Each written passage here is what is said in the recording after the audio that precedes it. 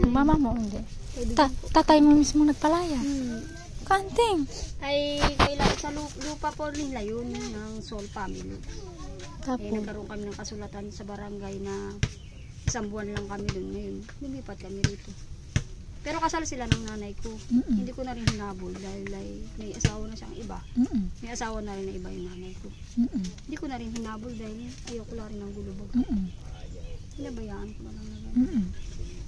Na dito na lang kami. Hindi ko na lang hindi kayo ko ay sa kanila na yung talaga. Hindi bahala na sila. Hindi ko na rin pagabulan.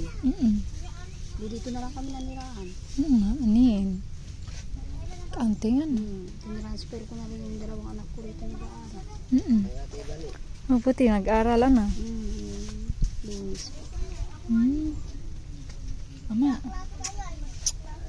Mabuti hindi. Abuti ng danong dito, no? Yung malaki nakaraan. Yun nga sabi ko Abutin. sa nakaraan. Naabot dito ng damon.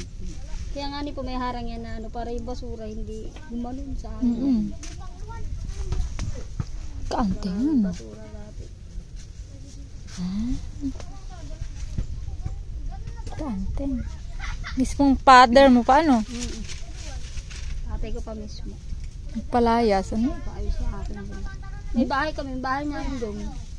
Binaklas yung kusina. Pero yung pinabayaran ko sa tito ko. Yun ang kinuwan ko. Pati yung kontador ng kuryente. Kanting balot, ano? Sarili niya. Ganun. Nasa Rizal, Batangas yung asawa ng pangalawa. Nanay ko, hindi naman niya hinalo.